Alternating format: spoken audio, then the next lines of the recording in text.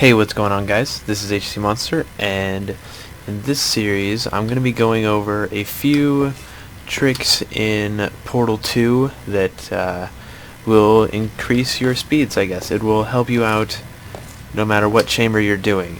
These are good things to know if you play Portal.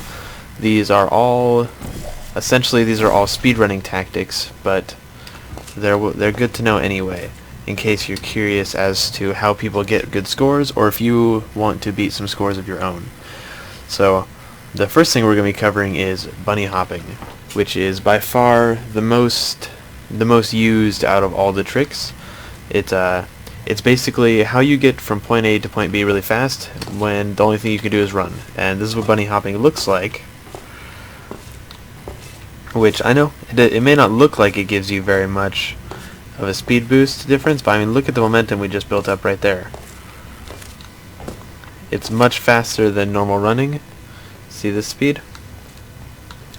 And it can definitely get you where you need to be.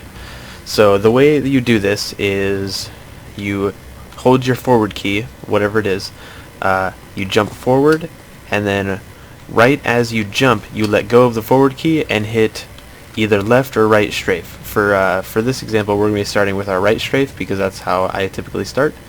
So you go and you jump, and you go like that. And then the second that you hit the ground, you want to jump again and use the opposite strafe. So then it looks like this.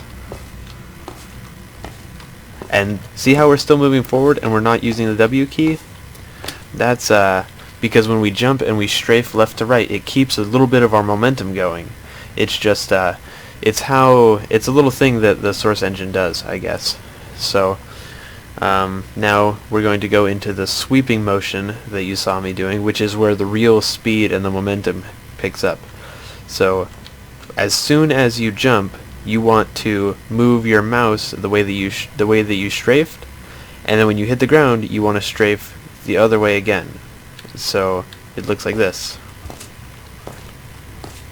Now, one thing I should probably know about bunny hopping is that it's something you really have to get a feel for it. Like, you'll see speedrunners do wide strafes or wide sweeps like this, and you can see people do little strafes like this. They both work the exact same. It's just it's how you what you're comfortable with, basically, is what I'm trying to get at. It's something you have to get a feel for, and you have to develop your own habit, I guess. It has to flow. So basically, or you can start off by swinging your mouse this way and going into your strafes, which is how I do it, because it gives you a little bit more beginning momentum rather than just jumping and then strafing. See what I mean? It might be a little bit hard to see in that, but this next upcoming clip is going to compare the difference between bunny hopping from one side of this room to the other, running from one side of this room to the other, and then normal hopping from one side of this room to the other. It's got a... You'll see the time scale, so you'll be able to see the speed difference, and it may not look like much when I was doing it in here, but with the time scale you can really see the difference in how long it takes. So we're going to go ahead and move over to that.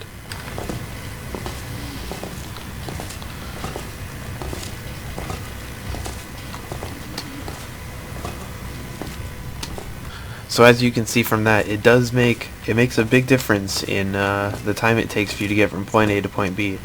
And it's up to you where you're going to use this at, but for most people that know how to do this, you use it whenever you need to walk somewhere. I will never find myself walking to a location like this pretty much ever again now that I know how to bunny hop, and I can bunny hop. If there's enough room for me to jump and do this, I'm going to bunny hop there, and that's essentially how it's going to work. You can also go around corners too, just by holding one strafe the direction of the corner and going basically doing the same thing as the normal bunny hop, just not switching strafes. See what I mean? But yeah, that's it's a good way to get around hallways and stuff like that, or hallway corners.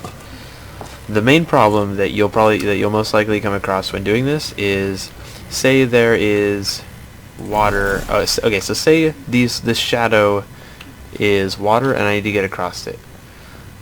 the main thing that you'll find trouble with is landing on your bunny hops in order to get the most range out of them. Because if there was, say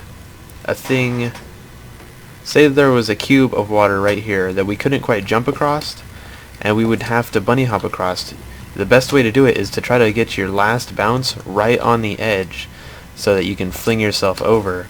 But it's sort of hard to land exactly where you want, and I'll find myself more times than not jumping into the water or jumping onto a laser or something just because I jumped a little too far and didn't start my hop properly or something like that.